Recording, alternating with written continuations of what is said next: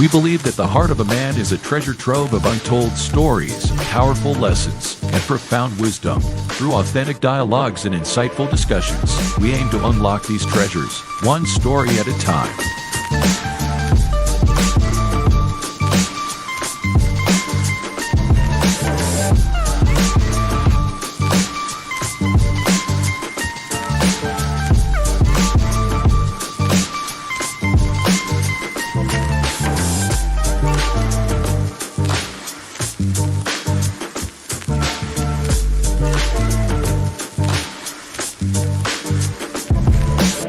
So, whether you're seeking guidance, inspiration, or simply a moment of reflection, you're in the right place. Get ready to be challenged, inspired, and transformed.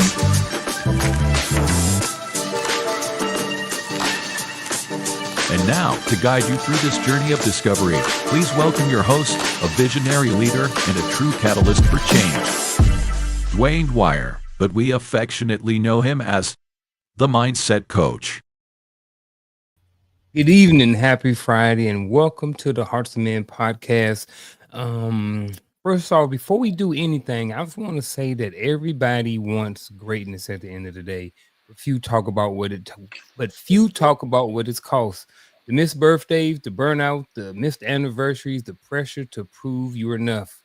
Tonight, we're unpacking the hidden cost of chasing greatness and what it means to rewrite your legacy so success doesn't come at an expense to your soul. However, before we get into all of that, first of all, I want to welcome all the men and thank everybody for being here tonight. Ladies and gentlemen, the rest of the panel members are none other than son of Timothy, the available man right above me, right beside me. Ladies and gentlemen, we got poor man's Dr. Phil, aka Mr. Shift Happens, and the man behind the vision, ladies and gentlemen, Mr. Dwayne Dwyer, the Mindset Coach. Gentlemen, it's Friday evening. It's 8:03 p.m. Eastern Standard Time.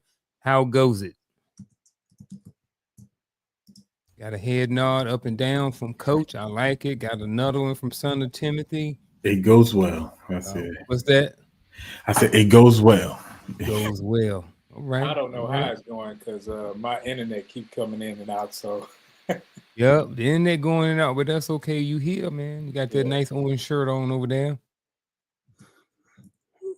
Yeah, all is well with me, man. I have no issues. Been a long week, but you know what? It has come to an end. It's Friday. I get to enjoy a conversation with the livest panel on social media to include the livest chat and social media. So I'm good, man. Long weekend. I love it. That's good, man. I'm glad to hear everybody's here and everybody's good. It's we have a lot of us, we all have those long weeks where, it's a lot of stuff going on and this and that. And, at the end of the day, just a long week. And one of the good things about the long week, especially sometimes when you're off on the weekends, is you got something to look forward to, and then I don't know about you guys, but sometimes in the past, not so much now, and I've kind of struggled with even not packing my weekend, because you may work during the week and then you got this and you got this going on. And sometimes the work and the honey list pile up. So sometimes you spend all weekend knocking out the honey-do list, knocking out your list, knocking out all those little things that you wanted to get done and you don't actually rest. But I can say that, at least for me, I am starting to get better at being able to unwind and just not do anything. So I don't know if you guys fall into that category or not, but with that being said, first of all, I want to welcome the livest chat in all of YouTube land. All right. We got, where's my thing at? Okay, Miss Nick D, thank you for being here. Lisa Keys, Crystal Everett, Truth. I don't know who that is, but somebody said Truth and I like it. It may be on a different platform. Miss Maya G. No, they're on our platform, and we appreciate them for being here. Oh, yeah. They appreciate you for being here. Maya Jenkins Hobson, appreciate you for being here. His divine appointment. C.F. Thank you for being here as well. Who else do I see over here? I saw Miss Charlotte Jordan in here earlier. Yep, she's in here. If Chosen One. If I missed anybody, I apologize. I'm scrolling through. If I missed you again, I apologize. But again, welcome to tonight's episode. called The Hidden Cost of Chasing Greatness and Rewriting Legacy. Gentlemen, when y'all ready to get started on this thing? Let's do it. Y'all ready to do it? Y'all got anything to say before we get started? Any admin notes or anything like that I might be missing? Mm-mm. Nope, we good to go. All right. Well, we're gonna start off tonight with a couple of definitions. I don't really have a monologue, so we're just gonna jump right into the definition. So the first definition of the night is going to be greatness. So when you think about greatness, here's what the definition of greatness is. Again, we like to start all of our shows with some sort of definition to kind of set the tone or baseline for the conversation going forward. So I kind of went online and got these definitions. I didn't dig too deep in them because after I looked at them, I was like, maybe we can add more, or maybe we should take something away. So, with that being said, the first definition of greatness, and we got 4 men up here, and you know what I mean? So, and we got a lot of people in the chat. So, with that being said, definition of greatness is this: the relentless pursuit of excellence, often at a personal cost. What you guys think about that? I'm with it. Okay. We're going to move down to the next one then. Again, they just setting a baseline for the conversation going forward. That's it. Legacy. What remains after the applause fades, the impact you leave behind. Okay. And then the last one is balance. This is the one I was kind of stuck on the most right here, but I was like, I'm going to roll with it. The alignment between ambition, purpose, and peace. And I know that may be for this conversation, but it may not be at the same time. You know, I know when I look at balance, I don't look at it as equality. I just kind of look at lost my train of thought, but that's okay. There's the definition right there. All right, so the first question of the night is going to be this.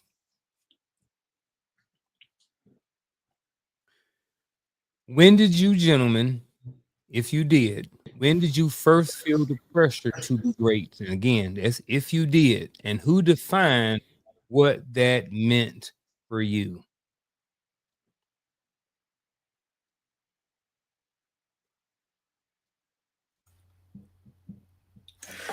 Well, I'll start with the defined part because I don't know if anybody specifically defined it for me as I could think back on it. You know, probably not. But the first time I thought I had the idea of greatness, you know, and this may sound so cheesy, but being young, it was probably like elementary, middle school, something like that. During like Black History, the first time I can remember hearing people talk great about people that look like the people I lived around, you know. And so, like the idea of greatness to me was being put in the textbook. You know, if you've written in the textbook, you was great. You left the impact, and that's how I thought about it. You know, and so, but you know, as I think about it, I'm looking at that legacy. You know, I guess I would tie those two together as to how I envision greatness early on. But the pressure of being great. I don't think I had a pressure of being great. I had a pressure in my mind of not ending up back where I left. You know, because later on in my teenage years, it's like everybody know Twami going in the army. Twami going he gonna do this. He gonna do that. He gonna do this. And you know, there was a few people who was like, I'm gonna do it too. I'm gonna do it too. And when they got sent back home because they didn't make it through basic or whatever, you know, the noise started chirping. So when I left and I went back to duty, every time I thought I was going to get in trouble, I would try to, how do I write this wrong? How do I fix it? Like it was just a pressure not to go back and not to be seen as one who failed at making it out.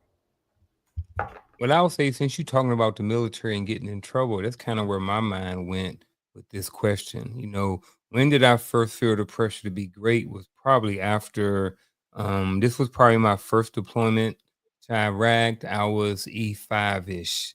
I did 3 years. I got out for 3, and then I went back in and went back in. I got promoted to E5, got demoted, got promoted again to E4, got promoted again to E5. You know what I'm saying? All of those things. So during my first deployment, I had a couple of sergeants major,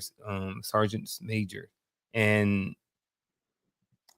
I guess at the time, I was a little older because I got out, came back in, and then, like I said, I got promoted to E5, E4, and then E5 again. So I was one of the older E4s in and around in the company and stuff like this. And then I got promoted E5, and then around these sergeant majors and stuff like this. And they talking about, being great and, pursuing promotions and all of these different things like that.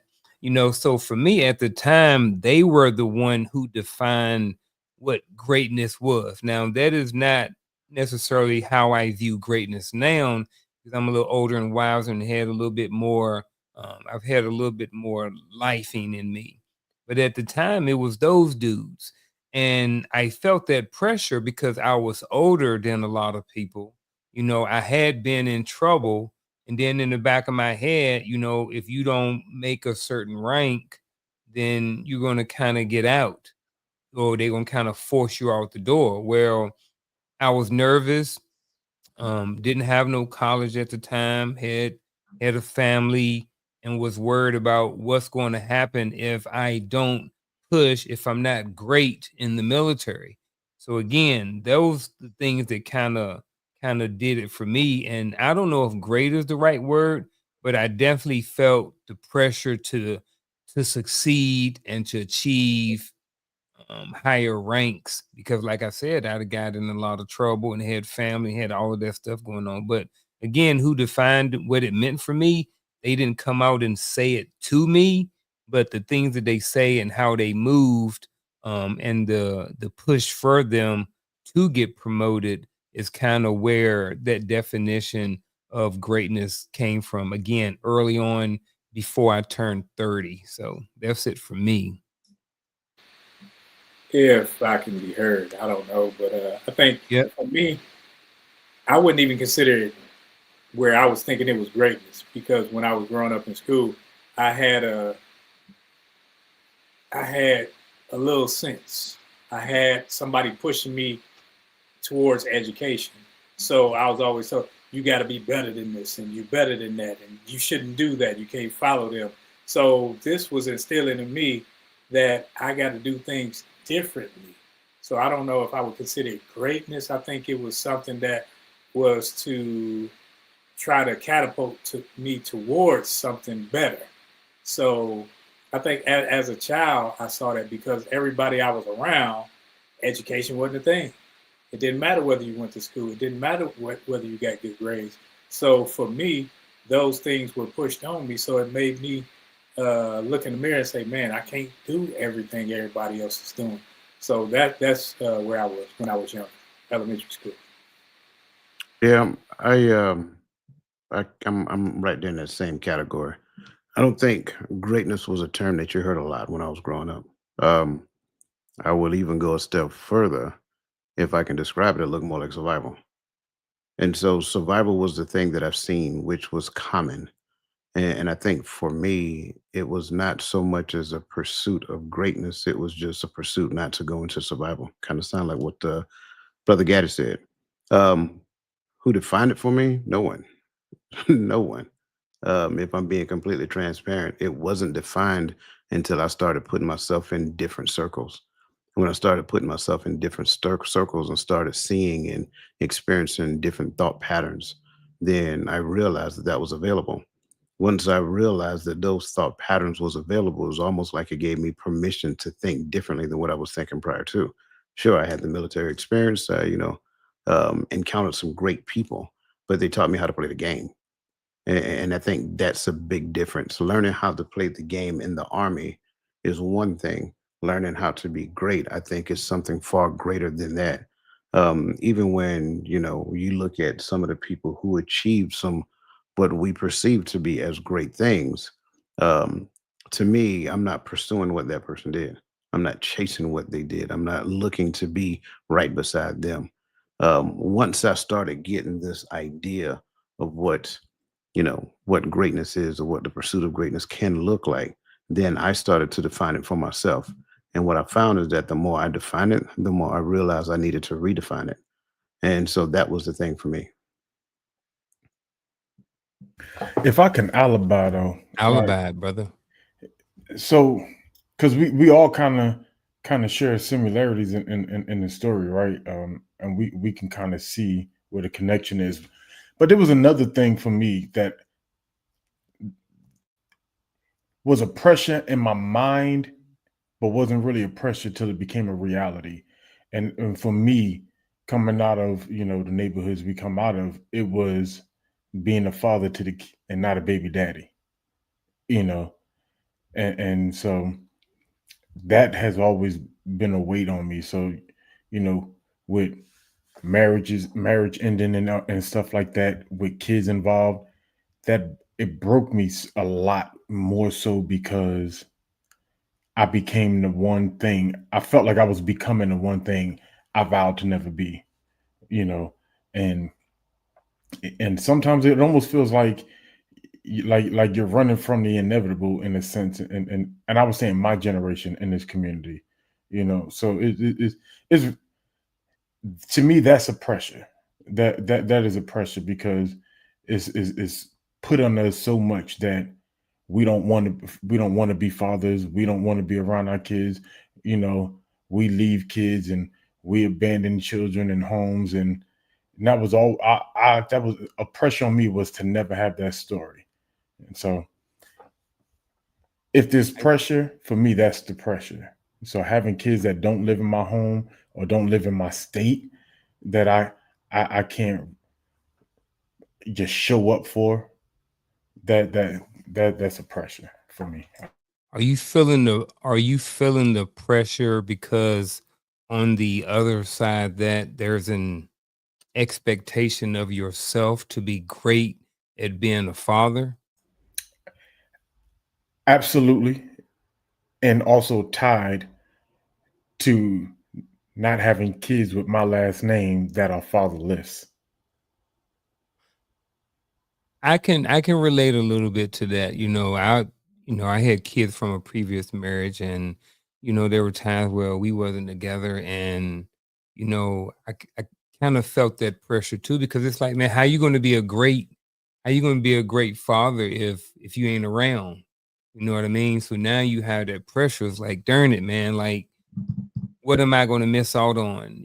How are my kids going to turn out because I wasn't there to provide X, Y, and Z? And even, I don't know how y'all feel about it, but, or think about it, but, when I was deployed, I didn't really feel like much more than a paycheck. When you gone for 12 months, and then you gone for 15 months, and you're sending the money home. But and then back then, this was pre, the internet the way we got it now. It wasn't just as easy as reaching out and touch somebody. Like there was internet was like super slow, and everything was wired up, and you're in Iraq and it's '07. I mean, think about where the internet and the capabilities we had in '07 versus what we have now.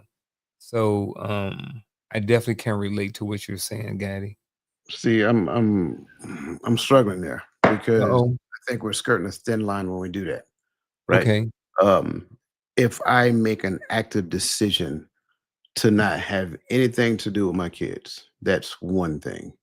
But because had a relationship that didn't fail, I don't see that as being, I mean, a relationship that wasn't successful, I don't see that as being the same thing.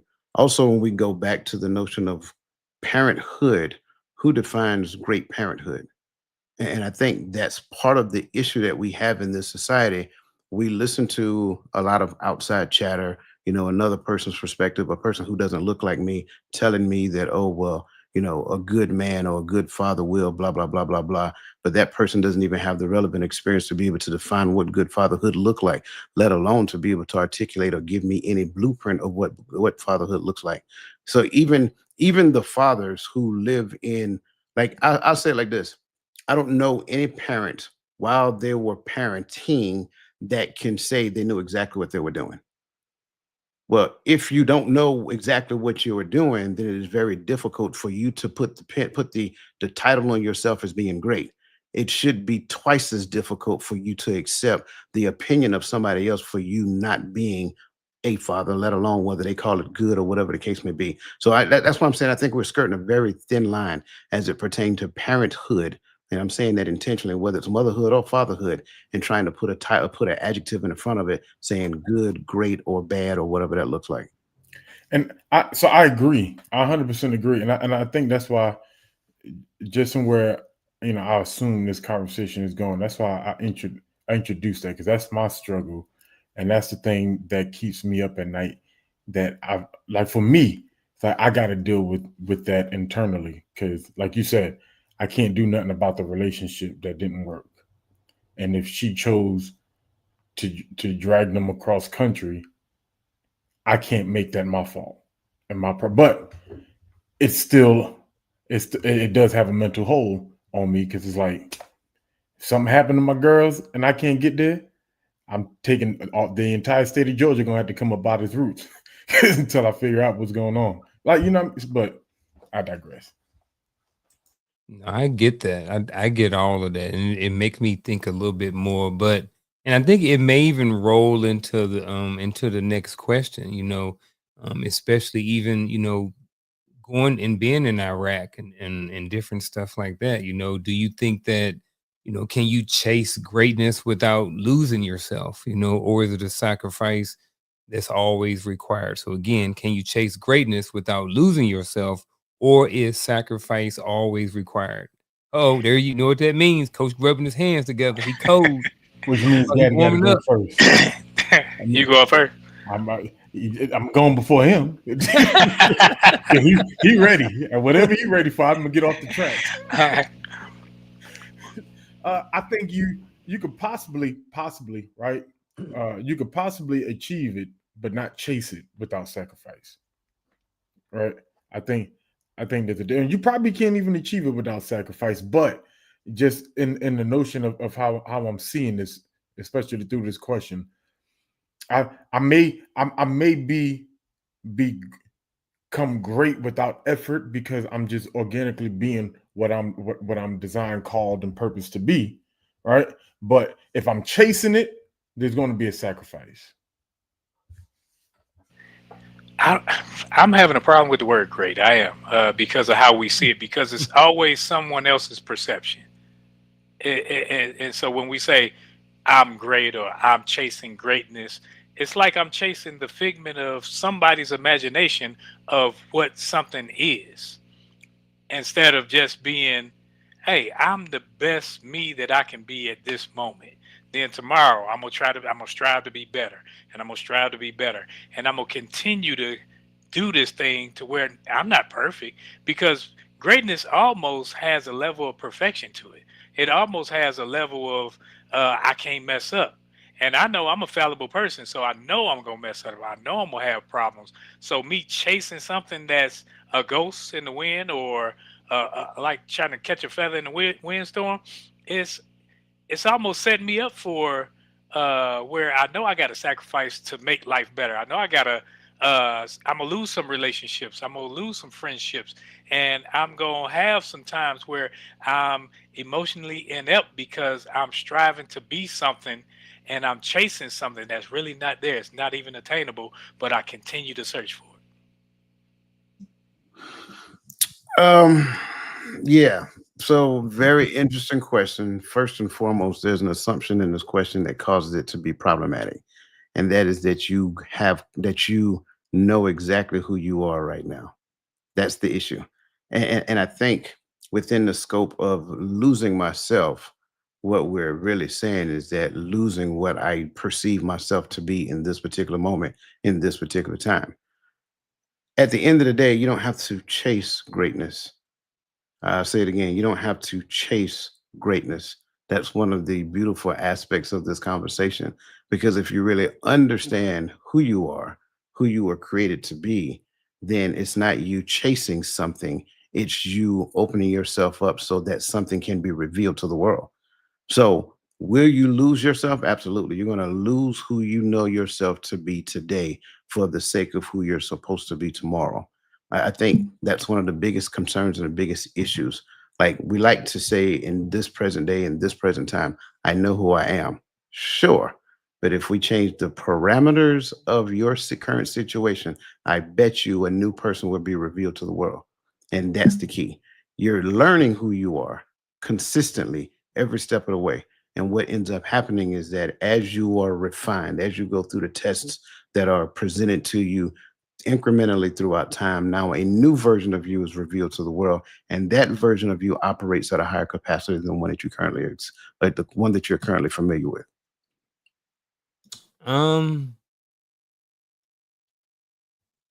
I kind of want to use an analogy here, or at least a correlation, and I want to see where we are with this. I got everything that y'all said, so I'm looking at.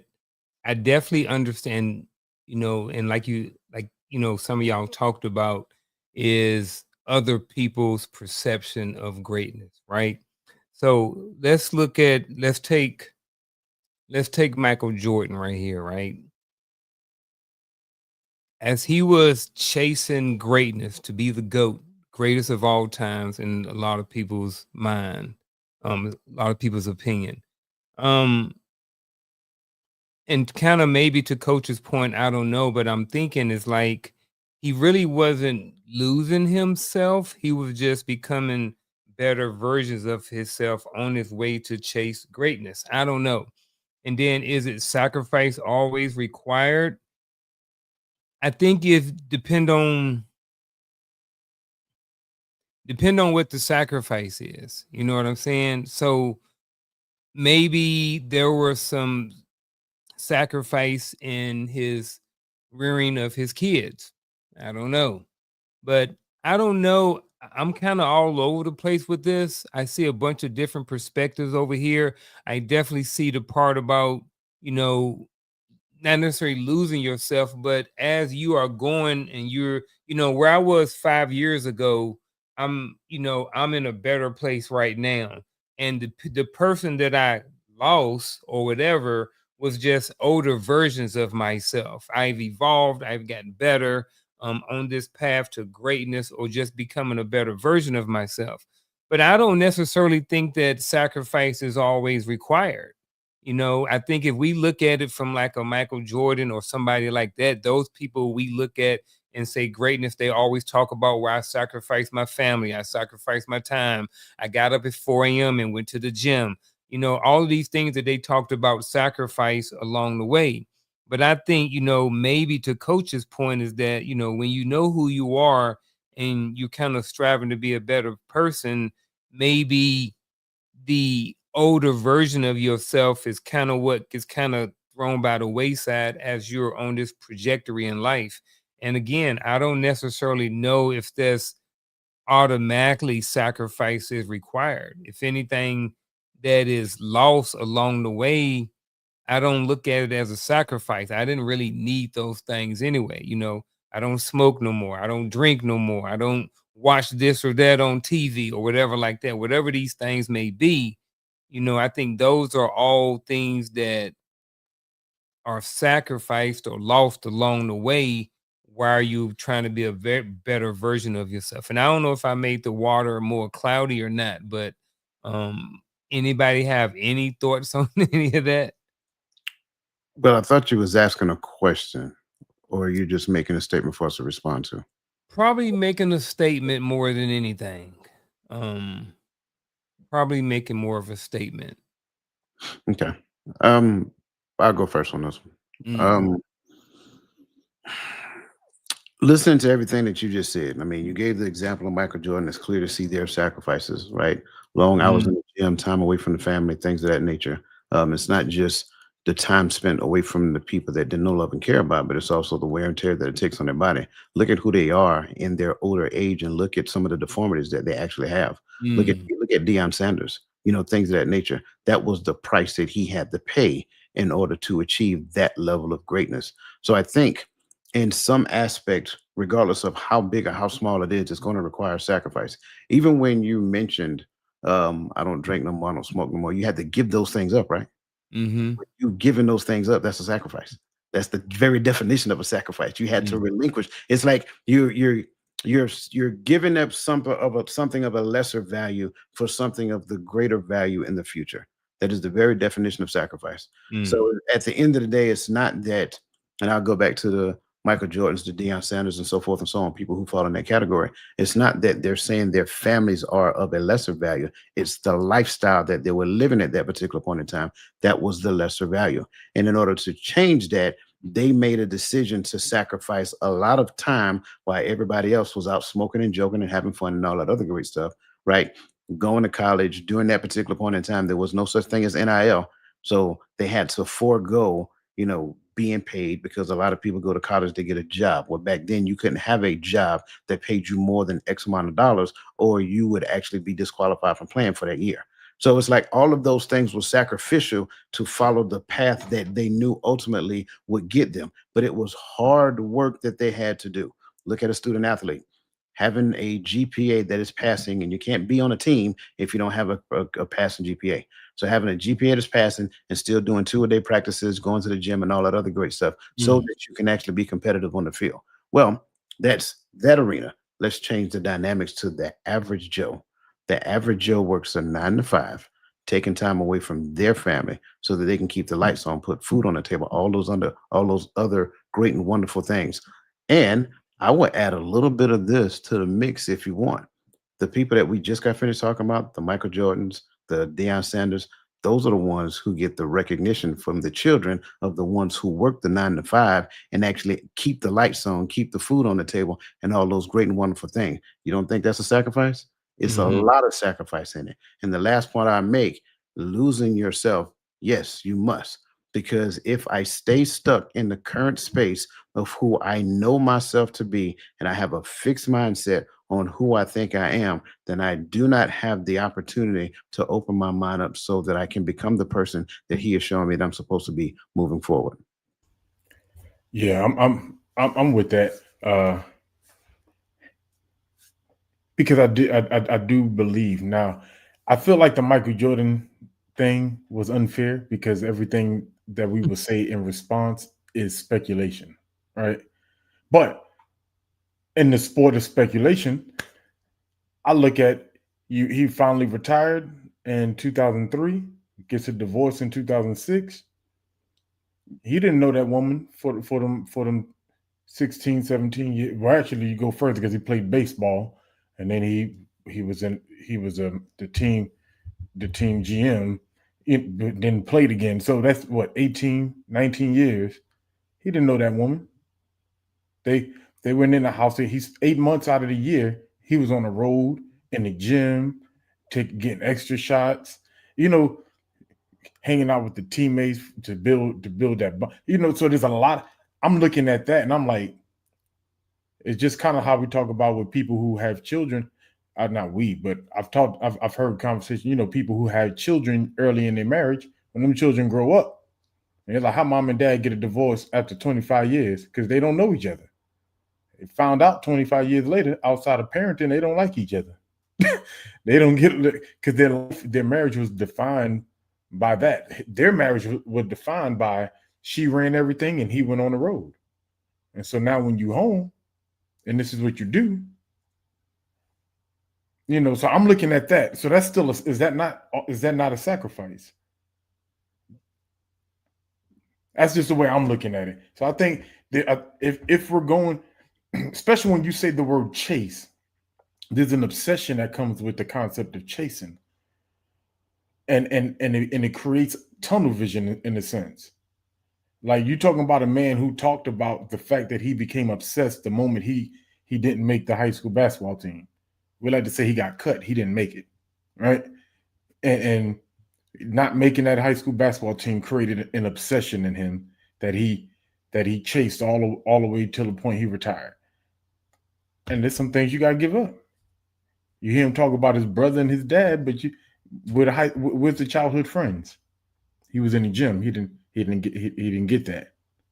And you see it with a lot of these athletes that are put to train like professionals at a young age. They don't get them kid summers. They don't get those those chances to go out and just play ball with their friends. Everything is organized. Well, I don't care about Michael Jordan, Montel Jordan, or Barbara Jordan. I can talk about us up here because we, being in the military, had to sacrifice. Whenever I don't care what you say, you were chasing rank because somebody told you, it was some sergeant major that told me, hey, I see greatness in you and I see better in you. So you need to go to this school. You need to do this. You need to go jump out of airplanes or air assault and all these things. So now it's wear and tear on your body. It's you can't just kick it with your friends. You missing school plays with your children. You missing eating dinner with your family, having those conversations that build. And that's chasing thing that when they say gain the world and lose your soul, sometimes that falls in line with that because I'm chasing what somebody else believes is best for me instead of what is best for me because I'm looking through their eyes. So with Jordan, Jackson, it don't matter. If I'm looking at them, I can say, oh man, they lost a lot. But when it came to us chasing even the minute things that we consider minute, maybe on the grand scheme of things, when we were chasing rank, when we were doing those things, say, hey, you got to be gone. Like my one of my schools was 4.5 months. I'm gone, away from the family. We don't think about when we're in the moment. We think, hey, I'm doing this for the family. No, you're doing this for you. You're doing this so you can get some more money, so you can get a better check. So the sacrifice is always going to be there when you try to attain something that you want, not pushing it off on everybody else, that you desire, that you want. There comes some sacrifices, whether it's spending time with the loved one, the family, the friends, whether it's going out with the boys. If I'm working out, hey, I got to start eating right. So I can't eat all these steaks. I can't eat these burgers. I can't eat these things. I got to sacrifice. I got to let some things go. And with any type of advancement, there will be sacrifice. Sacrifice can be good or bad. They said Barbara Quarter Straight, Barbara Jordan in the chat. Well, they going crazy over Barb. I don't know Barbara Jordan. But as we move along, we got a question for the panel, and the next one we got a panel for the for us as well. So if you're here, first of all, I mean, again, thank you for being here. You guys could be anywhere else this Friday evening, but you guys chose to be here with us, gentlemen. So appreciate that. Thank you for hitting the like button. Thank you for sharing this content, all of those good things like that. So as we go to this personal question, feel free to chime in the chat, or as Coach said, you always can ask for questions. So feel like be more than welcome to be part of the show and add value, or add a question to the chat if you want to. So personal question again for the audience and the panel. What's one area of your life where chasing success caused you to lose something valuable? And I know Roland probably just started it right there. So what do you think? My response is going to be unpopular because so I'm agreeing with what Roland said, but I'm not going to sit here and say that I pursued promotion because I just wanted more money. You got to realize I had people in the house that like to spend money. I had a son that liked Jordans, things of that nature. So it wasn't for me to have more money. It was for me to say no less. I'll say it that way. It's not like I did not say no, but it was for me to say no less. It's a disheartening thing for a man to have to tell your kids or your spouse no because you can't afford it. It's another thing to tell them no because it's a principle. That's two different things. I prefer the principle approach as opposed to the I can't afford it approach. So when I looked at promotion, so forth and so on, it was me trying to get promoted so that my family can, right? My son played whatever sport that his mama wanted to put him in at that particular point in time. And he played sports ever since he was knee high to a duck. That's real young folk. Some of y'all young folk out there, real young, knee high to a duck. So when you look at what's one area of your life where chasing success caused you to lose something valuable, I can't say that I have a thing to where it caused me to lose something valuable, because even in the midst of losing a thing. It was value based upon my perception of what value was at that particular point in time. As I got older, I realized that it actually was probably better for me to where I lost this thing here, because I never lose the thing. I never lost the thing that was attached to it. And I'll be completely transparent. I think it was at this age, at this state in my life, I think it was a good thing that unfortunately I ended up getting the divorce. And I said it that way intentionally. It was a good thing that unfortunately I ended up getting the divorce, because at the end of the day, I didn't lose my kids.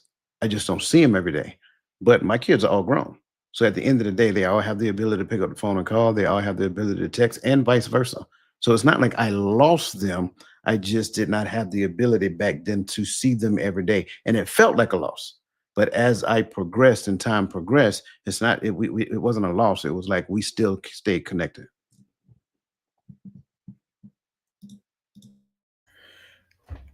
I would say that, gotta be careful how I say it, but the pursuit of righteousness, I'll say it that way. And I know we got a lot of cliches that go with that or against that, whatever. That's fine. But for me, whenever I saw that the Most High showed me something, and it said that this was, and I see that this is not righteous or it's not according to the word, I take the conscious effort to try to cut it off. But in cutting off things that have become cultural norms to people, or cultural norms even to religious people, what have you, lost a lot of people. Some of them people were the mother of my children, right? Because they don't want to pursue that.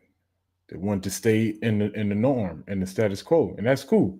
But this is what was shown to me. The more I search it, the more I pursue it through the scriptures or through research, the more I see how I needed to break away and move towards what he was showing me, what the Father was allowing me to see. And for me, that pursuit of truth and of walking in his righteousness allows you, it causes you to sacrifice even relationships with people who don't want to pursue. And that's just a reality. I like where I'm at. I like doing what I'm doing. I like behaving how I behave. And you can't come over here and tell me, because I've already convinced myself that God is okay with my sinful life because he sent his son so I could sin. Like, I don't believe that.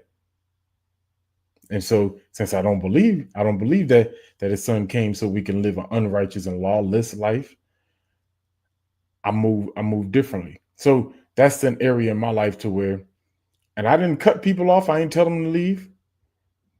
They said, I don't like it. I got to go. I think mine might be a little unpopular because for me, an area in life where chasing success caused me to lose something valuable was church. Church politics, church leadership. When it's time for me to, okay, I gotta go over here with somebody, speak over here, and move here, and drive to this state, drive to this city, and it's a lot of moving pieces, and I place it all in the name of the Most High, but yet it was all in the name of me progressing sometimes. It was in the name of me pleasing people sometimes. It was in the name of me doing what somebody else thought I should do to get where I wanted to be. And so thought if I would rub elbows over here, then I would get what I wanted. So I'm sacrificing time with family. I'm sacrificing friends. I'm sacrificing all these things because I'm looking at the carrot and I'm chasing it. So that was, church and the politics and leadership for me. I don't know in my life where I've done a whole bunch of chasing success. I would say for me, for a long time, I was just on the hamster wheel. I was chasing promotions, but I wasn't at the same time. I wanted to get promoted so or the fear of not getting put out of the military.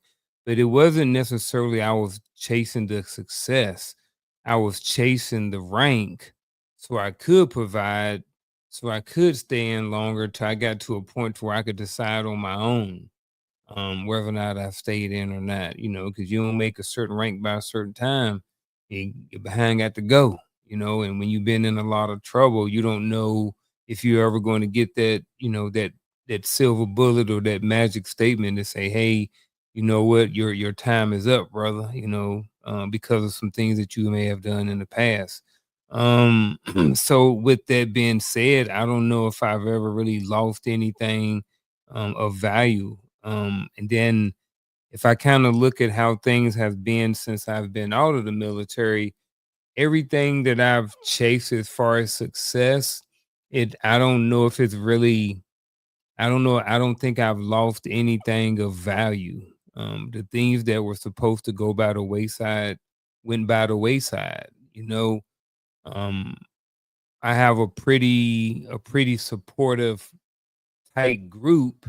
So how I move, the people don't drop off because of the relationship that we have. So if I'm chasing, I don't know, if I'm chasing to, last year I did the marathon. So that was something that I was chasing, part of success, but I didn't lose anything of value.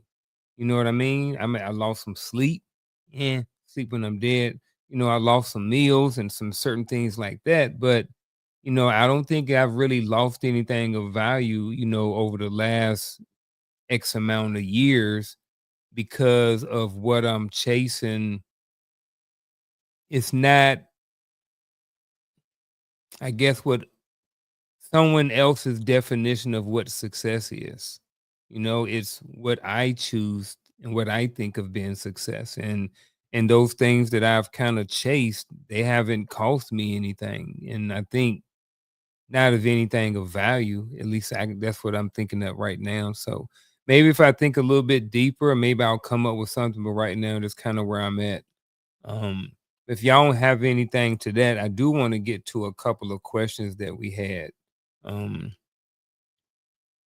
all right, so the first question kind of goes back to where we was at before, and this is from Miss Verlene McCoy. So, Miss Verlene McCoy, thank you for being here this afternoon, this evening, and thank you as well for this question. So, what if your goal was not greatness, but just being the best you have, the best you can be to yourself? So, gentlemen, anybody, what do you think about this? I'll read it again. What if your goal was not greatness, but just being the best that you can be of yourself? I think this kind of goes back to what I said previously. Like for me again, when growing up, all I seen was struggle. It was just initially for me not to struggle, right? When you look at the environment, you see people working in this particular job, whatever. So a few college professors over here, whatever that looked like, a few school teachers. It was like, hey, I want to be good at something. Didn't really know what that was. So it wasn't, to her point, it wasn't so much as a focus on greatness because that didn't show up until a focal point until later. But it was just me not wanting to struggle. It was just me not wanting to live in survival and then recreate what I seen somebody else doing when I was younger. Not that they did it bad, not that they did it wrong. That's not a bridge for me. It's just that what I had in my head for my life.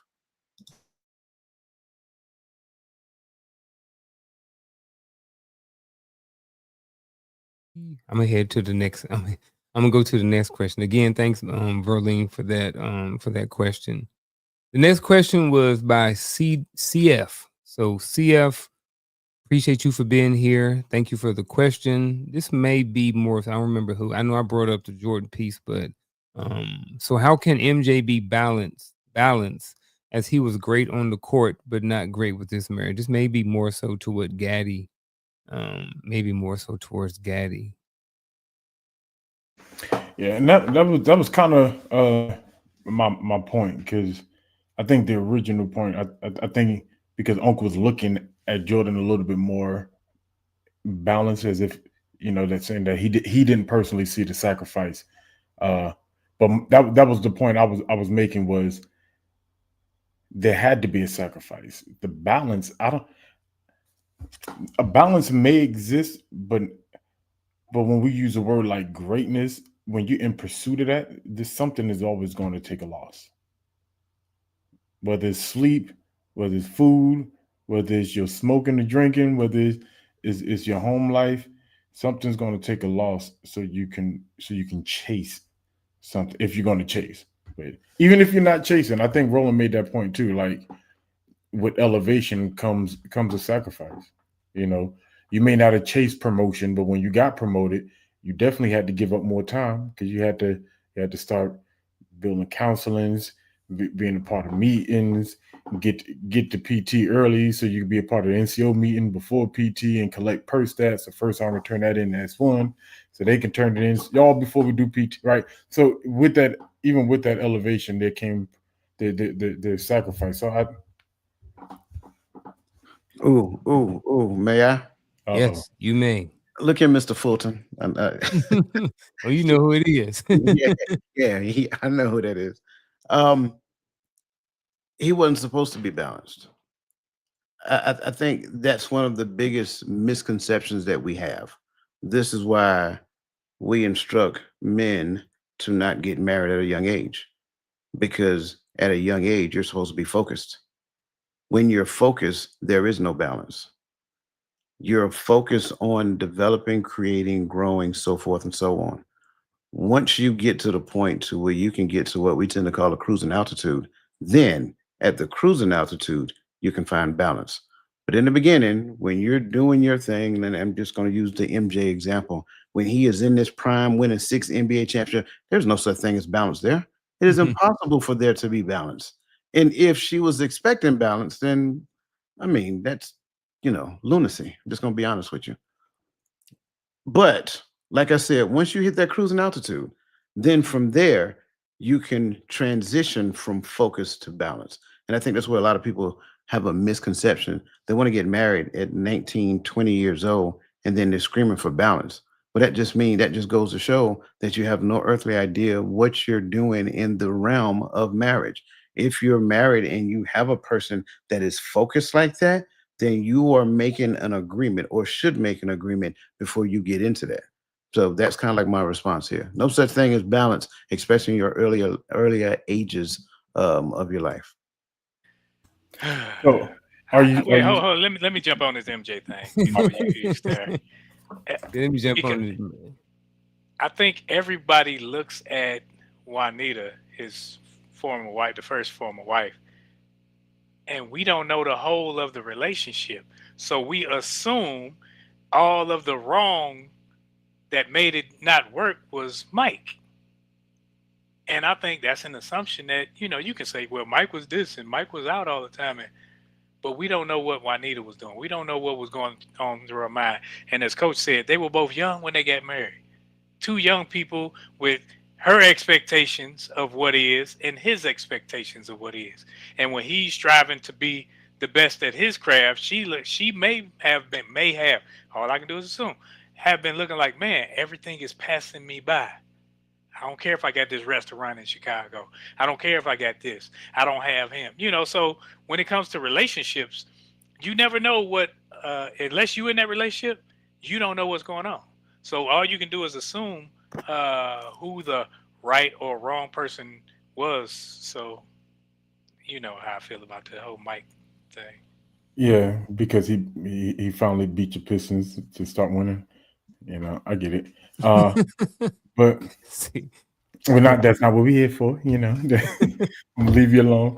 I like that though, because I'm kind of indifferent on the Aisha Curry thing, because I'm like, how many basketball wives got a platform, and so she's just saying what they're all thinking.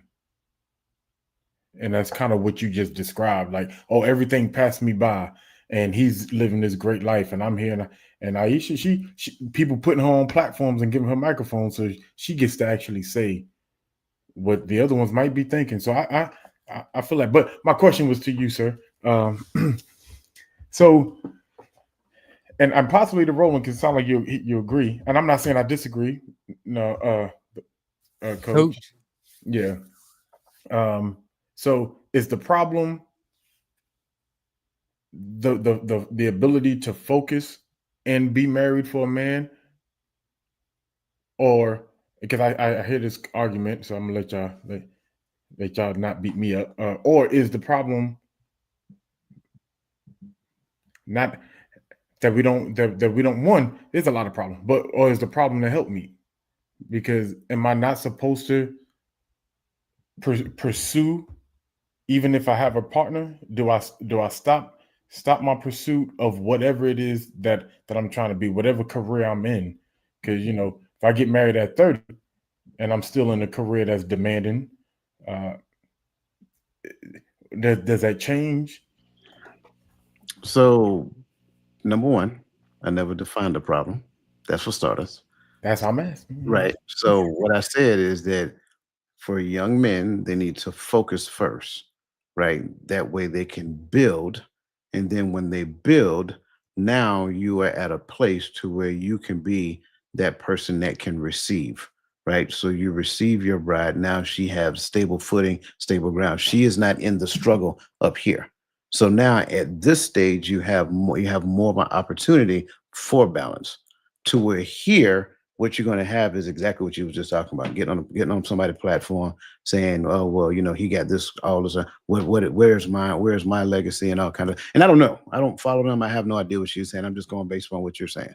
So I don't think it's. I think the problem is that there's a misconception about what this whole marriage thing should be and what timelines look like for that. To where you got a lot of people say, "Well, if you like it, then you better put a ring on it." Like, be quiet and stop talking. You know what I'm saying? Like, you have a contract marriage. Everybody knows that. So at the end of the day, you shouldn't be giving that type of advice anyway. That leads people down a road of delusion. Then people get married for companionship. Stop it. Stop it.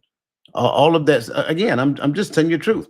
So for one need the build and the other need to work out their delusions, right? This is not Walt Disney. There is no such thing as Prince Charming. Nobody's going to come sweep you off your feet. Stop that. Okay.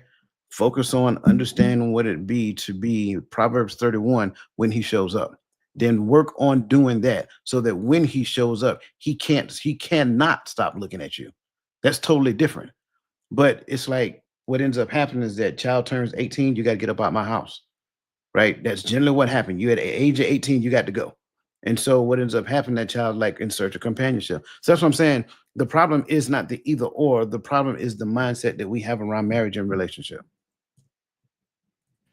And to your question, Gaddy, I think that we spend too much time trying to enforce and reinforce biblical principles into a worldly dynamic. So it's like, hold up, how you gonna push this off on this dude? And this dude ain't no more godly than the man on the moon. So it's like, come on now, like you saying this is how you should live, this is how you should treat her, this is how you should, and nothing else in his life speaks to that. So it's like, who's delirious, him or you? He's where he should be, on Fool's Hill, and you're trying to push him on another hill. I like all of that. I like Gaddy's question. I like when Coach talked about Proverbs 31. I think even before we get there, he says, "He who finds a wife." Sometimes when we're young, we don't know what a wife is, right? And sometimes we don't learn that until we're on number 2 or number 3 or whatever that may be. So some of it is we didn't pick or we didn't choose a wife. We chose, or maybe we chose what we thought a wife was at the time.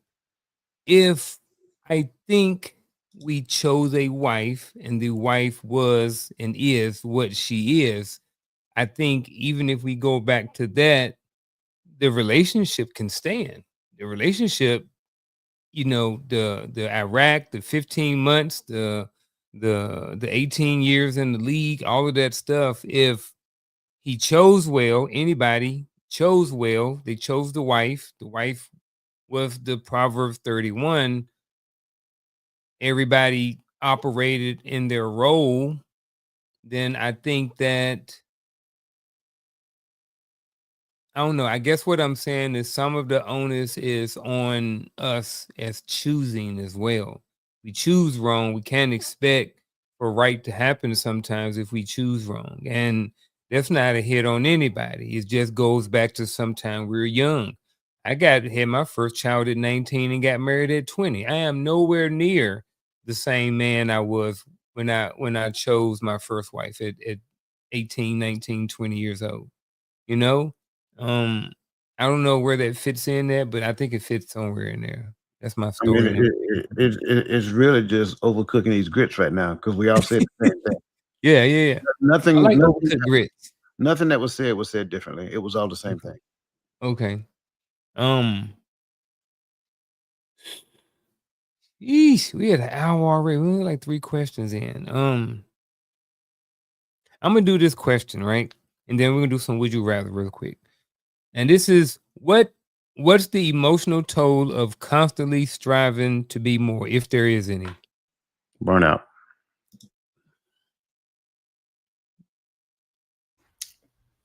I think that's it. That's where I was at. It's burnout. Because at what point do we become maintainers and stop? Never mind. I'll leave that because I know some people believe you always got to go get more money, get more money, get more money, get more money. But you know, I think there's a place you can get to, but at some point there should be some level of some level of contentment, right? Not that the paycheck should ever stop coming in, but that's not what it means for more. But at least what I hear when I hear more is like, well, I made it here. Now that I made it here, I gotta go here. Now I gotta do this and I gotta do this. I gotta continue to achieve. When will you meet the mark to where you can live? And then where's the pressure coming from to want to keep thriving? You know, is that internal or is it external? And I think that's important too. You get addicted to it, man. That's what it is. You get addicted to it. That's why, like that word "constantly" down there. That word "constantly" it means something. You get addicted to the grind. You get addicted to the chase. You get addicted to the levels of success. Like once you gain this, right? You achieve. You caught this carrot on the stick. Now, what's the next one? Like you haven't even sat with that and celebrated long enough for that level of success. Now you're looking for the next one. And so, yeah, the cost of it is burnout. It becomes a constant grind. It is a never ending chase for the next level of success. If you have not pre-described what success looks like for you, and then identified that as your cruising altitude, and then move from there into legacy development, it's going to continue to be me, and me. And you can also have self-doubt along with the burnout and everything that they discussed. You can have self-doubt because when you start to strive, yeah, I made this mark, but I'm looking at Coach, I'm looking at Gaddy, I'm looking at Unc, and they're here. So now I'm adding pressures onto myself that ain't even there because I'm saying, man, I ain't make it. I just made it right here. So I'm doubting my, uh, not my abilities, but I'm doubting, like, man, did I put enough into it? Did I strive hard enough? Did I sit up there? Have I made it? Because I'm doubting where I am because success is I'm still chasing that carrot. I'm never gonna reach it, but I'm gonna keep chasing it because I'm looking at everything and the carrot. I'm looking at like "Yeah, I got to get there. I got to get there. So I will have that self doubt to say, man, I might not be as good as I think I am. So I developed that imposter syndrome. I, and I don't think it's always imposter syndrome. I'm only saying this because I know we're teaching in a sense. We're helping. We're trying to help ourselves and the audience, right? But sometimes I think it's the pursuit of looking for what you thought the initial success was supposed to look like. It never looks like what you dreamt of. It never looks like what you dreamt of. Oh, if I make this much money, and then you're gonna change it to a new tax bracket, so you ain't gonna be able to do what you thought you could do with that money. right? So now you're pursuing more money so you could do, and then you change it to another tax bracket. Like, understand. Sometimes the problem is you think it has to look like this. This is what I dreamt. This is what I picture, and I'm pursuing that dream. And I think, and pursuing dreams can be dangerous. It can be dangerous because sometimes everything that I've ever made it, I'm like, man, I started making this much. Man, I got this. Man, I was able to do this. Yeah, I remember leaving New York and I was like, man, I'm about to buy my first car. Yeah, and car insurance and gas and tires every time you hit a pothole in Columbia, South Carolina, because there's one on every corner, right? Like, I'm being honest though. So yeah, I'm glad I got this car, but now I got 10 times less money. So now I need to make more money so I can afford to keep maintaining the car. And then when I make that money, nope, I need a new car because now I make this money. I can't be driving this old 1999. It's never going to look like what you want it to look like.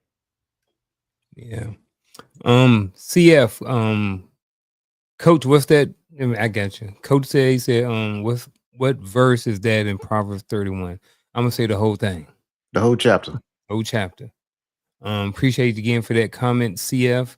And the reason and the reason why I say the whole chapter, because one of the first things you're gonna realize, that's a conversation from a mother to her son. Hallelujah. Thank you for pointing that out.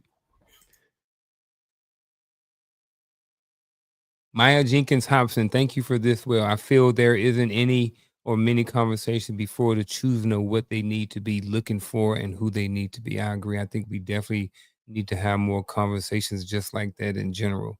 So again, thank you for that comment.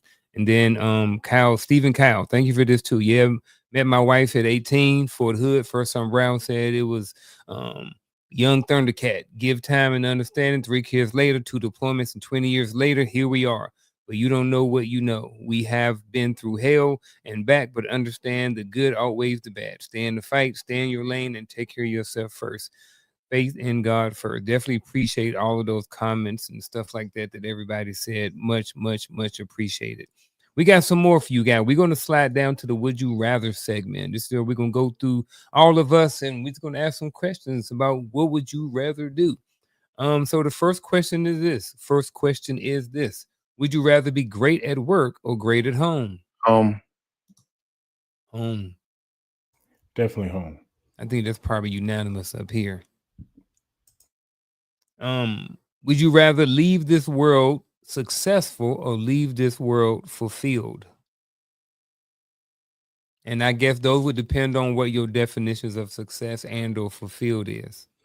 Right. I think that's why I got twisted up with that and one. only you know those definitions of what success looks like for you and what fulfillment looks like for you. Whatever gets me well done, enter in. Yeah. I can argue and say that they're one and the same, but yeah, I'm on that one. Can you be fulfilled without being successful? Can you be successful and not be fulfilled? Guess you got to. I guess maybe that's what it comes down to. Yeah, I see them as the same. Okay.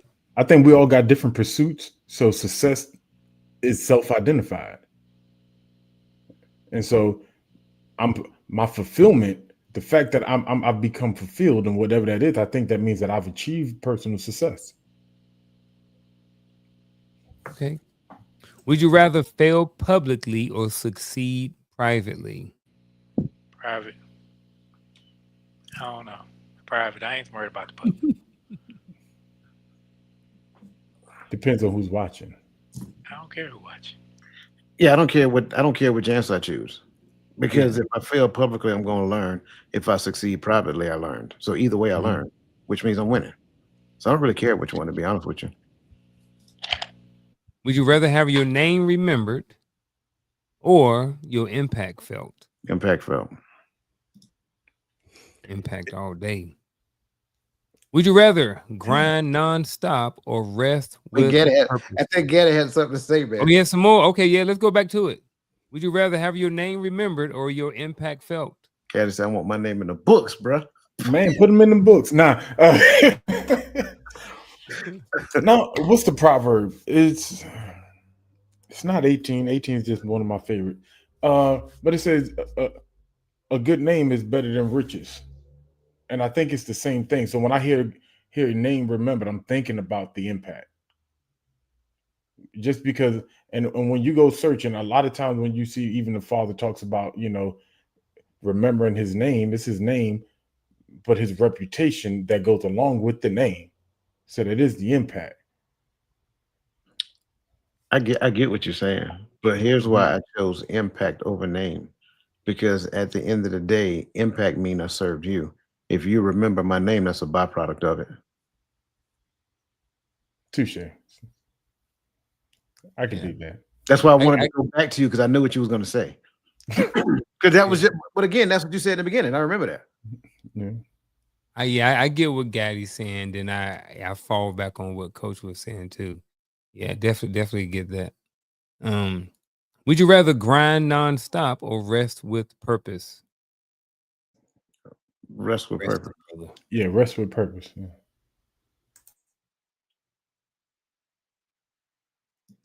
Would you rather teach others or do it all yourself? Teach. Teach. Teach. Train. Teach and train. Would you rather have fans or have family? Wait a minute. Hey, where your Wait a mind at, I'm just huh? minute. saying if y'all paying what attention. what just happened? You on the wrong chat. Um, Would you rather have fans or have family? I ain't gonna lie, that kind of remind me of you talking about them carpet burns on Tuesday. Ah. Um, definitely, definitely. But see, I'm gonna say family. I'm gonna go with family on this one. Definitely have family. Yeah. I like that one. All right, last one. Is grind culture. No, this ain't that was the last one. Appreciate y'all for that. Next question is grind culture inspiring or destructive to men, specifically men's mental health? Is grind culture inspiring or destructive to men's mental health? Sure. He says sure. So I'll go first. Here's where I land at this right now. I get the grind culture, and I think at some point it can be inspiring, depending on who you are. When I went through my grind phase, you know what I mean? I was inspired by the grind culture. I was inspired by David Goggins. I was inspired by Eric Thomas, always preaching the grind. You know what I'm saying? I think that there can be a point to where you go overboard where the grind consumes you. And then now, if I'm not grinding, now you're feeling sorry for yourself. Or if I'm not grinding, I'm thinking a certain way about myself because I haven't made it to this point by this time. So I think that in I think at a point it can be inspiring, but I think that there may come to a point to where it tips over and it can be destructive to a man's mental health. I think the more grounded you are in life, you can still grind and it not be destructive to your mental health. I think for some people, the grind is something that actually helps their mental health. So that again, that's kind of where I sit at, but I'm definitely interested in hear what you guys have to say about this. Any so inspiring to do what? And then whatever that to do can become destructive to men's mental. That's why I'm sure. Because I'll say this, all right. So let's talk about the grind code. Let's talk about David Goggins, right? David Goggins grinding, went through hell weeks and all these different things, running on, fractured legs and stuff. I think that can be destructive for men who are comparing their average life or average what they're doing to somebody like that. And that's why I get that part too. I think the grind culture, if I may, is inspiring for younger people younger people who may or may not have a sense of direction, but it can be motivating to them. I'm cautious to use the word inspiring because inspiring is more long term. So I think it gives them temporary motivation to kind of imagine themselves doing what somebody else is doing outside of what they're currently experiencing. Mhm. But then when you start doing that, you're automatically comparing, you automatically start comparing. You start comparing yourself to where you are, from where you are to where someone else is. And I want to do just like you talked about David Goggins doing all this and doing all that. I promise you, and I don't mean no disrespect when I say it, there's absolutely nothing about David Goggins that motivates or inspires me. But that's the me thing because I have no desire to put my body through all of that just to say I did it. Now, he did. Awesome. Congratulations. I think that was an awesome thing that he did to go from what, three different branches of service and like be able to not only try well, try out, but become a part of some of the elite teams on those different branches of service. I didn't even have the desire to do that in the army. You talking about jumping out of the airplane? No, I'm not doing it. I take my time getting out of bed. So stuff like that does not even motivate me. You understand what I'm saying? So I think when we look at this, we have to first understand the difference between inspiration and motivation. Motivation is more temporary. It's like the sugar rush that you get when you eat something like, take something to go work out. Like that's your initial sugar rush, but that's going to fade fast because there is no internal flame that it ignites. So can it be destructive to a person's mental health? Yes, because it never taps into the thing that inspires them. I think I think when it comes down to inspiration, inspiration is different from person to person to person because what inspires me isn't supposed to inspire you. That's the thing that helps us to move forward into the thing that we're supposed to be doing. But I think when we look at grind culture just takes it and throw it in a big old pot and stir it up like a bucket of gumbo and say, just get on the grind. Just go, go, go, go, go. If you sleep at 5 o'clock in the morning, you ain't doing nothing.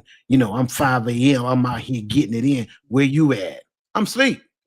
Not really. I'm not. Really, I'm not, but I got my face in the book. But I'm just saying, that's what grind culture does. There's a lot of comparison that happens within the scope of that. Yeah, I think it's kind of misguided because I think before you can start your grind per se, you should know your purpose.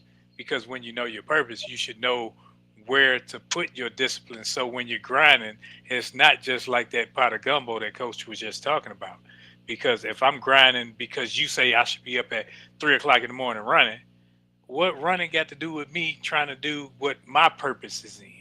Has nothing. So you should when you find your purpose, then grind in that, discipline yourself in that, develop those things where you are, not where someone wants you to be. Because sometimes the culture says you got to be doing this and you got to be doing this, and if you're not doing that, then you're not doing it right, and that means I'm not doing it right to your benefit and my detriment.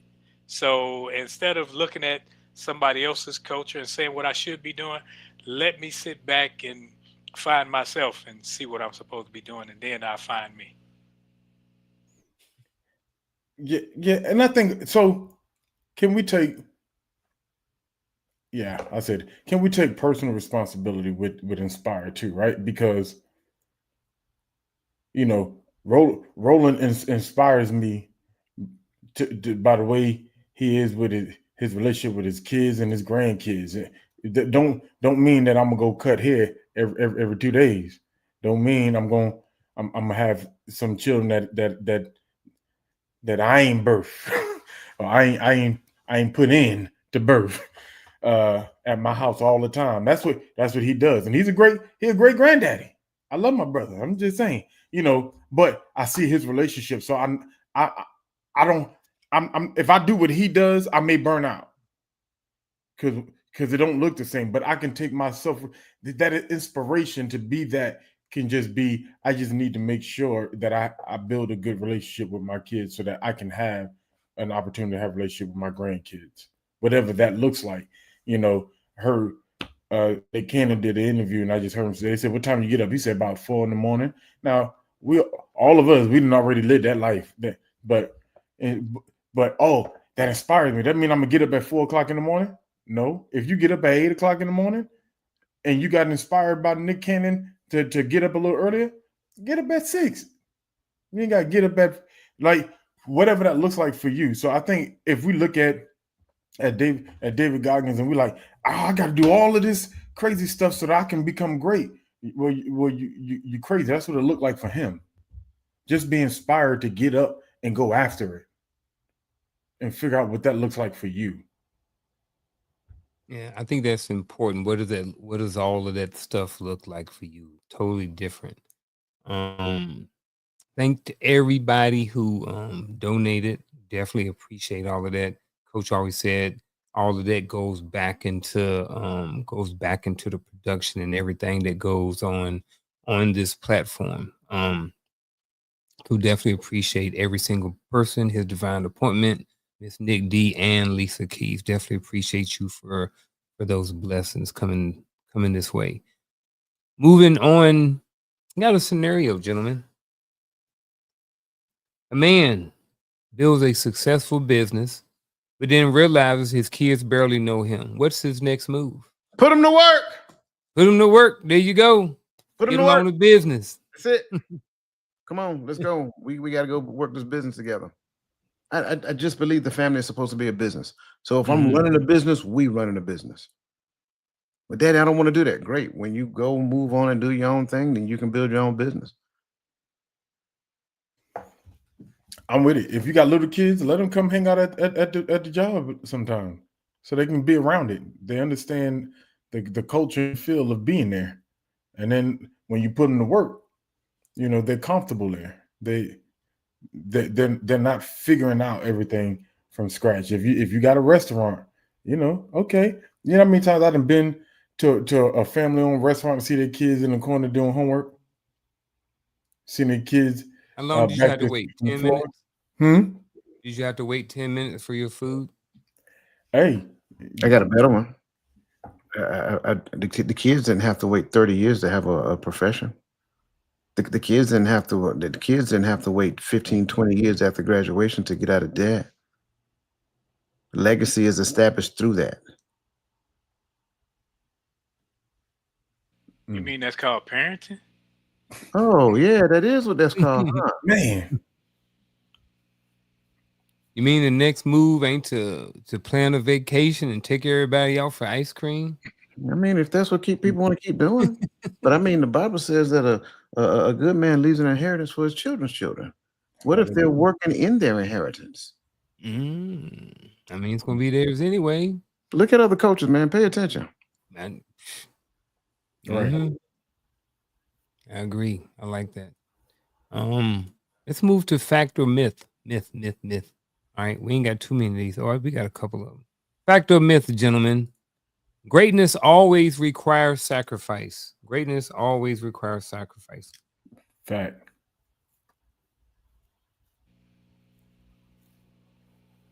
Two facts, three facts.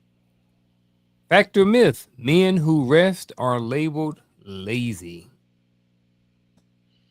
I mean, if we say are labeled, society believe that? Mm-hmm. I mean, sure, I think that's what society believes. But does that necessarily mean that that person is lazy? That means that they probably worked hard the first half of their life, and now they are, being a little less assertive in the things that they're doing. I don't think that's them calling them. I don't think that's them lazy.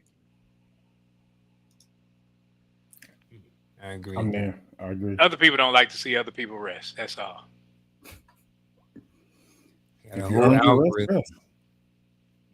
Somebody got me in the whole algorithm now, and I get a whole bunch of videos about retired people with 100% disability, and they getting up doing nothing, and a whole bunch of people hating on them. So it just popped up in mine. Fact or myth, legacy. I didn't plan on it. Somebody sent me a video, and I've seen like 6 of them. No, man, that was just me trying to help you out a little bit. Yeah. Okay. Legacy is built only through achievements. Only. I'm about to use the wrong word. Myth. Myth. With an F. With an F.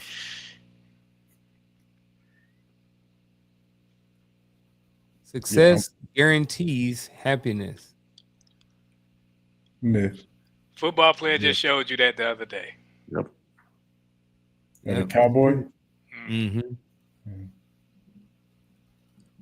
Balance and greatness can't coexist. Myth. Myth. Got you thinking. Oh no, I'm agreeing. Myth. Okay. Men feel mediocrity more than burnout. It's interesting. Fact. If we're making it as a generality, just a generality, Yes. I really want to say fact here because I think this is more probable than not. Are there men who don't think? Sure. But for the most part, the preponderance of the population, absolutely. Fact. Yeah. Yeah, I would be on the sliding scale more towards fact than myth. The biggest legacies are accidental, not intentional. Definitely a myth. Yeah. Myth all day. Yeah. I can see how people could say fact, but I'm gonna say myth. Yeah. I don't even see how they can say fact. That just means they don't understand what legacy is. Right.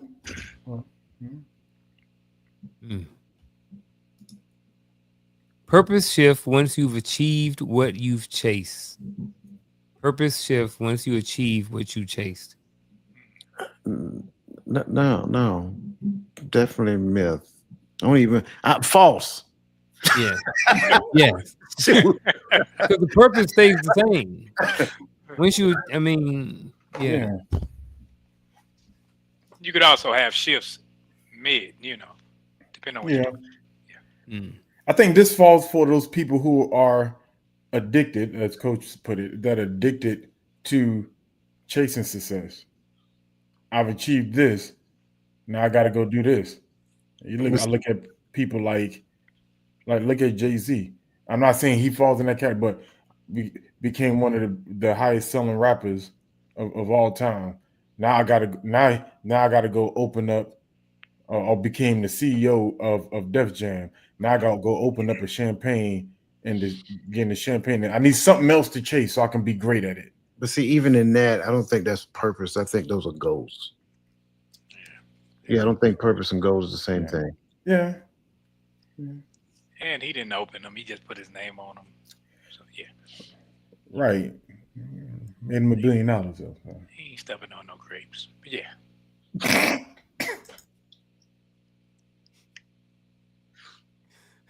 All right. Last one, folks. Last question of the night. And then we're going to get into our final thoughts. Again, go ahead and hit that like button if you hadn't already. Share this. And again, go back and watch Tuesday's video if you want to know about the carpet burns. With that being said, ladies and gentlemen, if today was your last day, what's one thing you want people to remember you for? They can be your kids, your family, the chat, whoever they may be. What's one thing you'd want people to remember you for?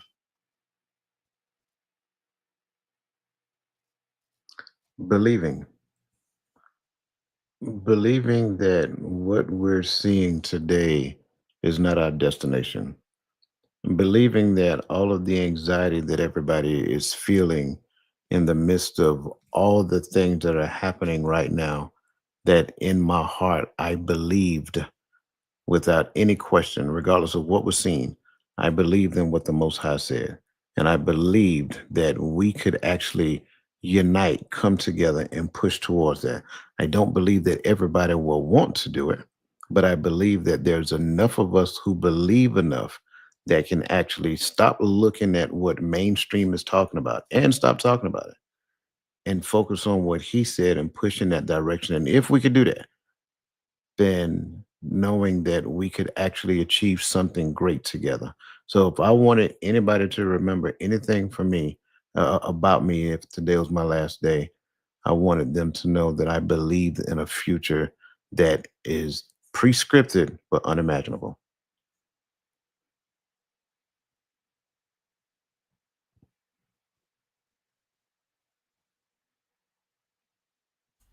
I thought I saw Roland reading. My bad.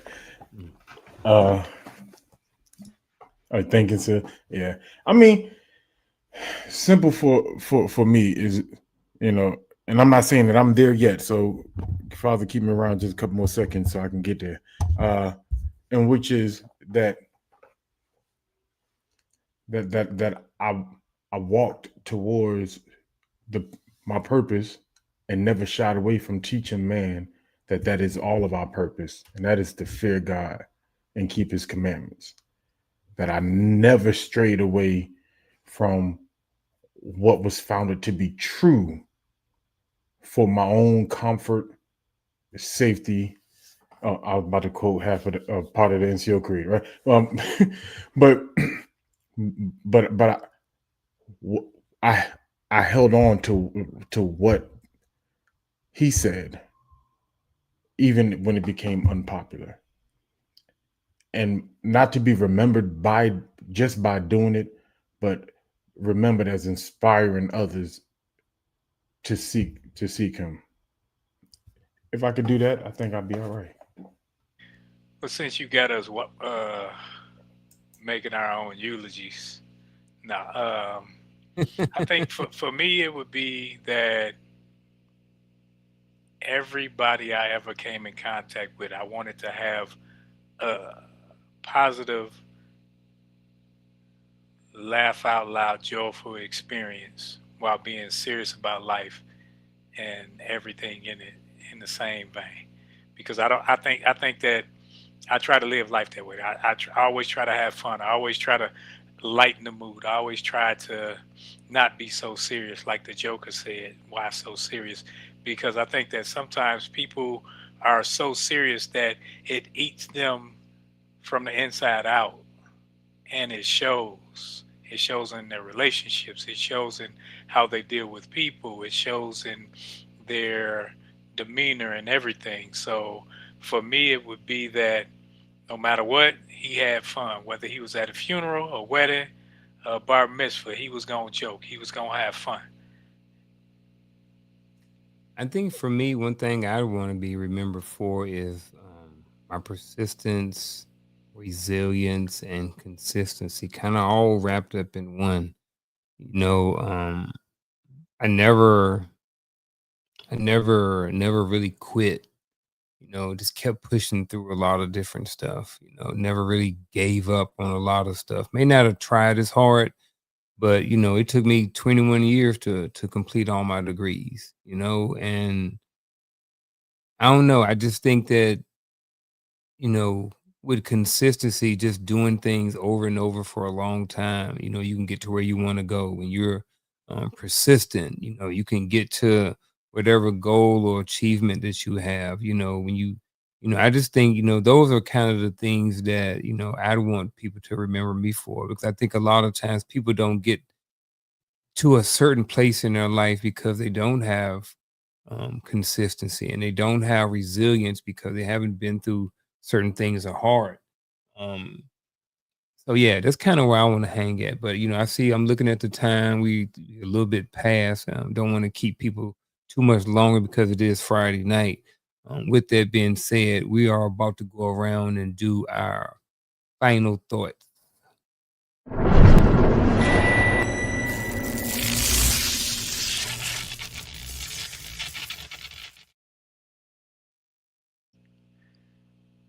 The hidden cost of chasing greatness, writing legacy. Hmm. We talked a lot today about some of everything, but we talked about that whole grinding. And I want to leave you with this, and it hinges on to my last statement as well. It says, all my life, been grinding all my life. Sacrifice, hustle paid the price. Want a slice, gotta roll the dice. That's why all my life, I've been grinding all my life. That's Nipsey.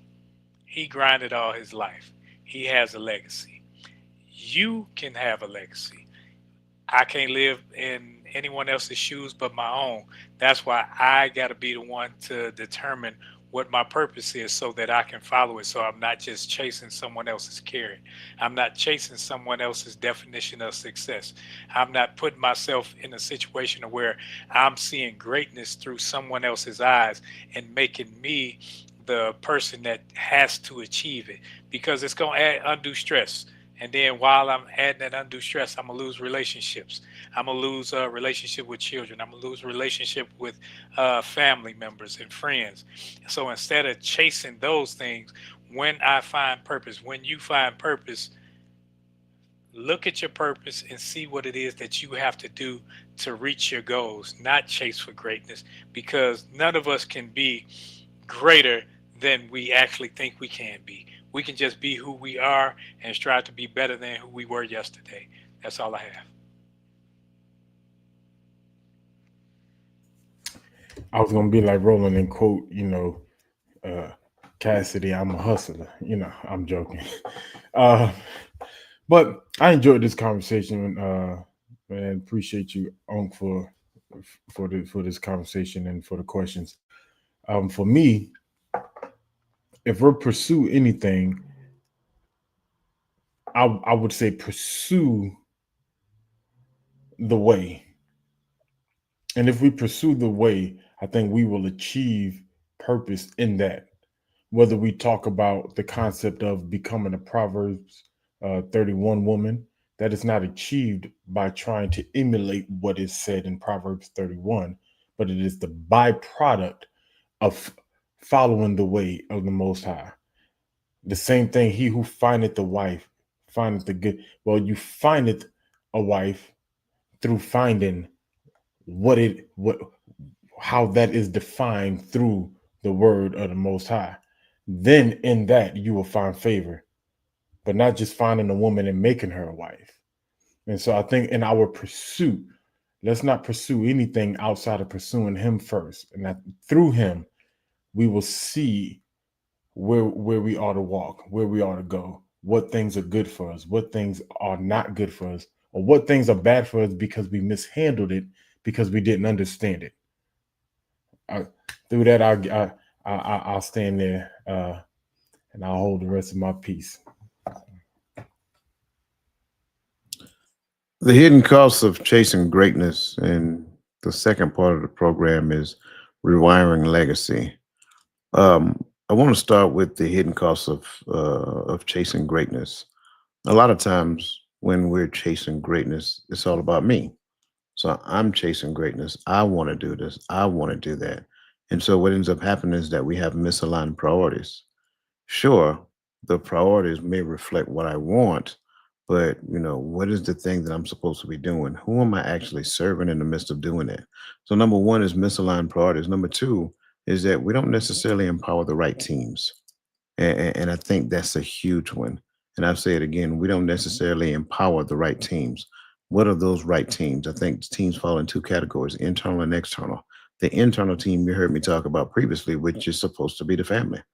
The external teams are supposed to be the external legs of the family, the closest, the people who are closest to the family, whether it's your best friends, what are other family members that actually serve as sounding boards to your family, right? Those are external legs. And I think number three itself is failing to develop a plan that builds, develops, and encourages. Everything you just heard Brother Gaddy talk about, I agree wholeheartedly, but that's supposed to be a part of your legacy plan. Your legacy plan is supposed to leave instructions. Your legacy plan is supposed to build them up. Your legacy plan is supposed to teach them and encourage them, and then leave clear written instructions for how the name is supposed to be carried into the future for multiple generations to come. So when we look at the hidden cost of chasing greatness, it's pretty much us being self-centered in our approach to this life that we're living and missing the idea or the notion behind writing a legacy that extends the family beyond generational, but beyond multiple generations. And I'll land right there.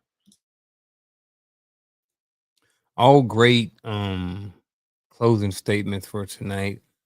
I want to just be very brief.